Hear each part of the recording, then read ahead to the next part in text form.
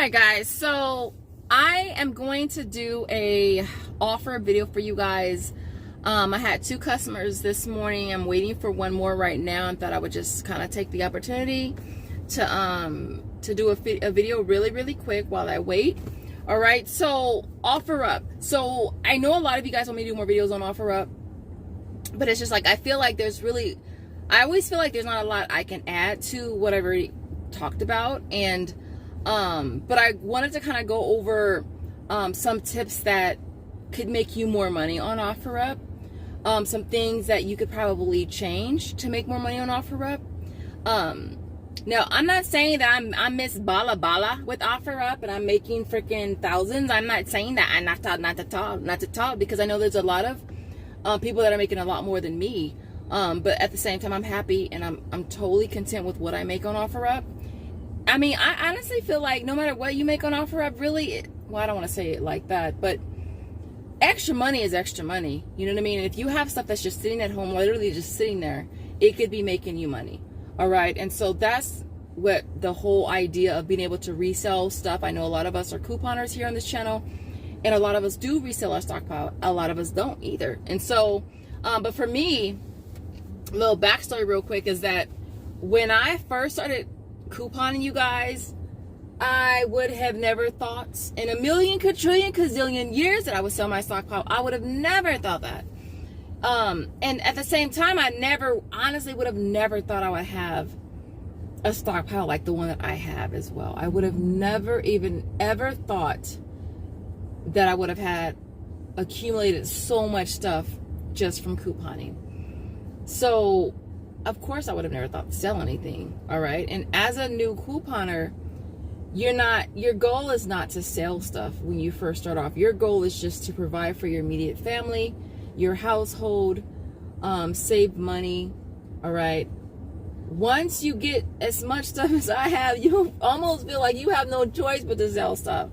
And I remember early on saying I would never sell my stockpile. Never, ever. And here I am selling the hell out of it. But it's okay, because again, it's stuff that's making me money. Like, there's no point in having a bunch of stuff sitting around collecting dust around your house that you really truly could be making money from. All right. And so I want to go over some tips, some things that could potentially help you make more money on OfferUp. I like the idea of OfferUp because it's convenient. I sell what I want to sell, when I want to sell it, how much I want to sell it for, and to who I want to sell it for.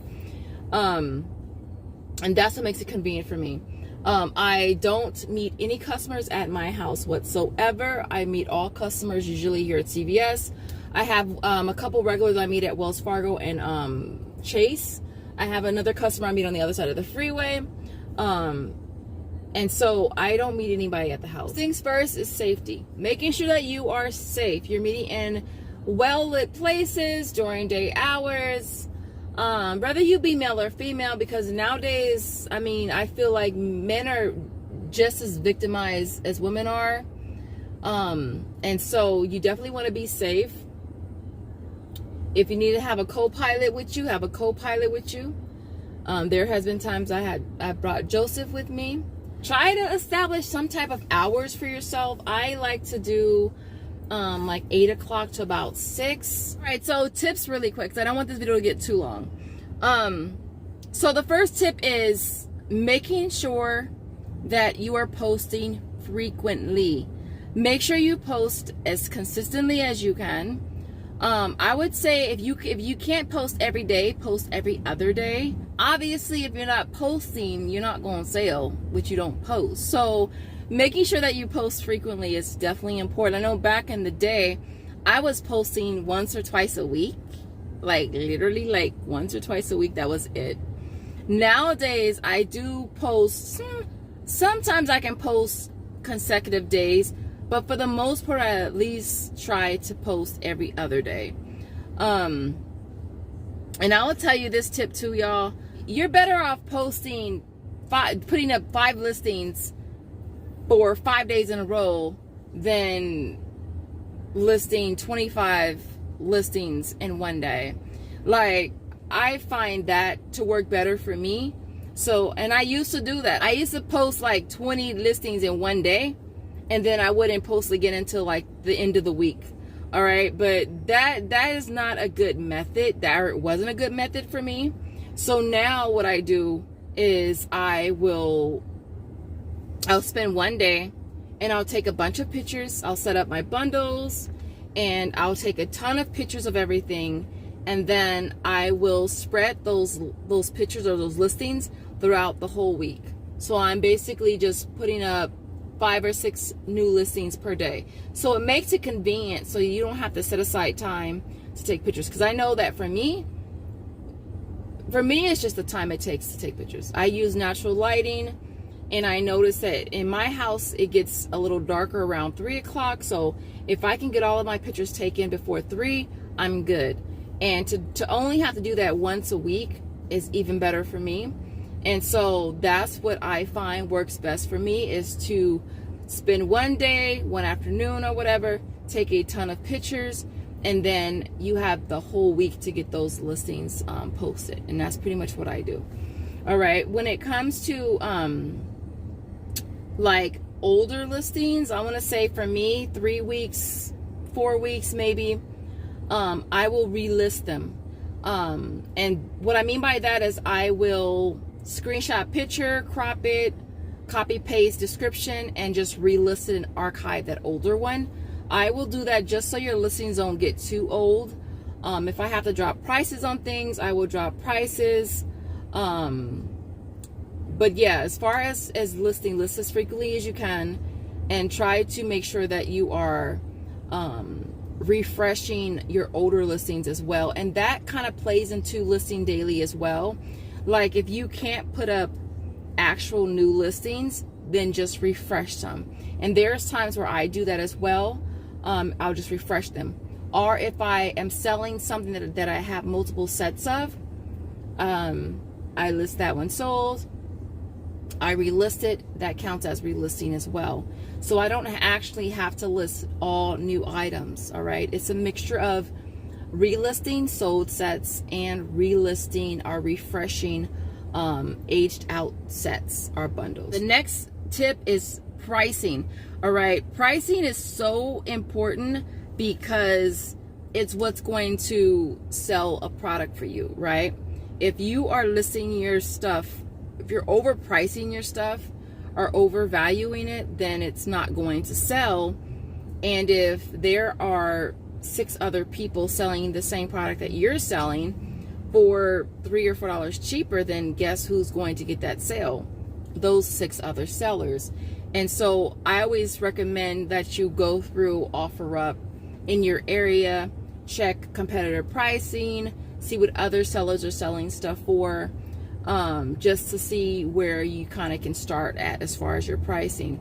I'm not saying you have to price your stuff the same as everybody else. Just know that if there are 2 or 3 sellers in your area selling things for cheaper, then they're probably going to get the sale.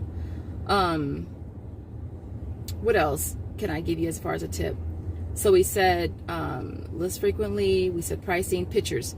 Pictures are important because it's another thing that's going to bring a person to your page or to your listings to see what you have is based on your pictures. So make sure that when you take your pictures, all of your products are wiped down. The area that you're taking pictures in is nice and clean. The walls behind it are clean. The surface that you're on is clean. You're not taking pictures of stuff on the floors. You're not taking pictures of stuff in a messy area. Making sure that it's well lit. I use natural lighting because I just think it's better. I've only used artificial lighting once or twice and I didn't really like it.